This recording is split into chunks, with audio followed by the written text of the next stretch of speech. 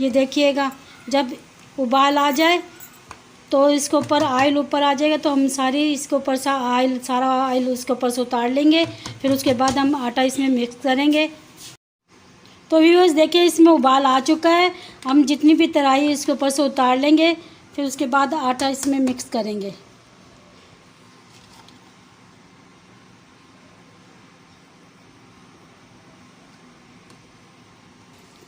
तो व्यूअर्स देखिए हमने ऑयल इसके ऊपर से उतार लिया है। अब इसके अंदर हम आटा मिक्स करेंगे, वो हम आपको दिखाते हैं। तो व्यूअर्स देखिए हम ये आटा घोल रहे हैं। ये आटा हमने रोस्ट करा हुआ है। तो व्यूअर्स देखिए हमने आटा घोल लिया है। हम आराम से ही इसके अंदर डालेंगे और चमचा हिलाते रहे। आप आराम से इसके अंदर ये आटा रोस्ट करा हुआ आटा डालिएगा और चमचे हिलाते रहिएगा ताकि इसमें गुठलियाँ ना बने।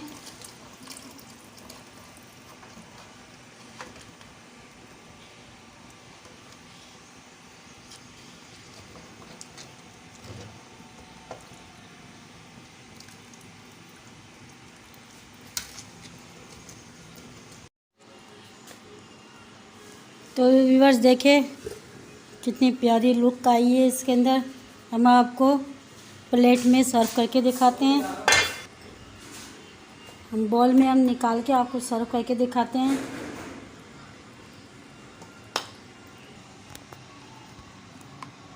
तो व्यूअर्स जो हमने तराई इसके ऊपर से उतारी थी वो थोड़ी थोड़ी हम डाल देते हैं इसको ऊपर।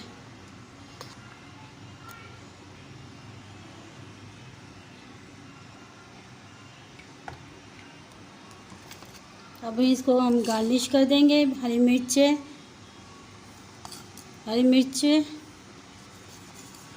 और अदरक से गार्निश कर देंगे। ये देखें इस तरीके से।